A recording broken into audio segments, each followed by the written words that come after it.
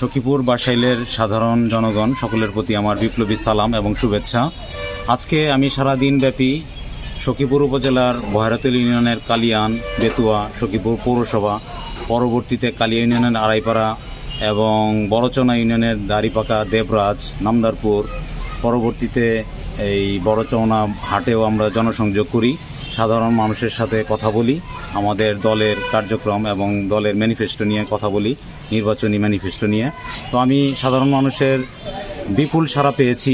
সাধারণ মানুষ পরিবর্তনের পক্ষে, তাদের অধিকার আদায়ের লক্ষ্যে যেই ব্যক্তি তাদের দাবি দাওয়া নিয়ে নির্বাচনী প্রচারণায় আসবে এবং পরবর্তীতে সেগুলো বাস্তবায়ন করবে, তাকেই তারা খুঁজছে। সেই দৃষ্টিকোণ থেকে আমাকে তারা খুব সুন্দরভাবে তাদের বুকে তুলে নিয়েছে এবং আমি আশাবাদী যে তারা বিপুল সাড়া দিবে এবং তাদেরকে সাথে নিয়ে পরবর্তীতে আমরা একটি সুন্দর সখীপুর বাসাইল বিনির্মাণ করতে পারবো। এছাড়াও আমি পরবর্তীতে কাকরাজানের ইন্দারজানি, তৈলধারা বাজারেও গণসংযোগ করি, সেইখানেও মানুষের ব্যাপক সাড়া পাই। তবে তাদের কিছু দাবি দেওয়া আমাকে উত্থাপন করেছে।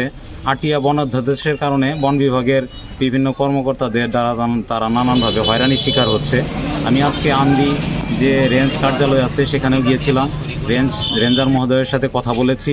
আমরা সরকারি কর্মকর্তা, সাধারণ জনগণ, জনপ্রতিনিধি এবং যারা আমরা মানুষের কল্যাণে কাজ করি, সকলে মিলে বন বিভাগের এই যে হয়রানিমূলক কার্যক্রম, সেইখান থেকে কিভাবে সাধারণ জনগণকে মুক্তি দেওয়া যায় এবং বন বিভাগও যেন সাধারণ জনগণের বন্ধু হিসেবে আবির্ভূত হতে পারে, সেই বিষয়টি নিয়েও আলোচনা করেছি। এছাড়াও অত্র সখীপুরের উন্নয়ন কল্পে বেশ কিছু রাস্তাঘাট, বীজ, কালভার্টের আমরা একটু করুণ দশা দেখলাম, ভগ্নদশা। এইগুলো নিয়ে আমি পরবর্তীতে সংশ্লিষ্ট যে বিভাগগুলো রয়েছে, সড়ক বিভাগ, এলজিডি এবং অন্যান্য মন্ত্রণালয়, এছাড়াও প্রশাসনের যে কর্তা ব্যক্তিগণ আছেন তাদের সাথে কথা বলবো। আমি গতকাল টাঙ্গাইল জেলার নবাগত পুলিশ সুপার মহোদয়ের সাথে কথা বলেছি, দেখা করেছি। উনি আমাদেরকে অবগত করেছেন যে নির্বাচনের জন্য একটি সুষ্ঠু এবং শান্তিপূর্ণ পরিবেশ বজায় রাখার জন্য আইনশৃঙ্খলা বাহিনী সকলের জন্য সমান গুরুত্ব দিয়ে কাজ করবে। তারা কোনো পক্ষপাতমূলক আচরণ করবে না, নিরপেক্ষভাবেই একটি সুন্দর পরিবেশ তৈরি করে দিবে। আমি আশাবাদী একটি সুষ্ঠু এবং সুন্দর পরিবেশে এই সরকার একটি নির্মল নির্বাচনের আয়োজন করতে পারবে, যেখানে সাধারণ ভোটাররা স্বতঃস্ফূর্তভাবে ভোট দিতে পারবে এবং তাদের পছন্দের প্রার্থীকে বিজয়ী করতে পারবে।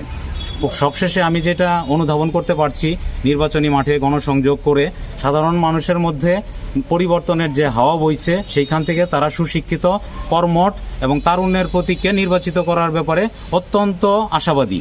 সেই দৃষ্টিকোণ থেকে আমি তাদের ব্যাপক সাড়া পেয়েছি এবং তাদের এই সমর্থনকে আমি অব্যাহতভাবে যেন আমার প্রতি থাকে এবং আমিও তাদের প্রতি দায়বোধ থেকে যেন আমার নির্বাচনী প্রতিশ্রুতিগুলো বাস্তবায়ন করতে পারি, সেই দৃষ্টিকোণ থেকে আমি কাজ করে যাব। আপনাদেরকে অসংখ্য ধন্যবাদ।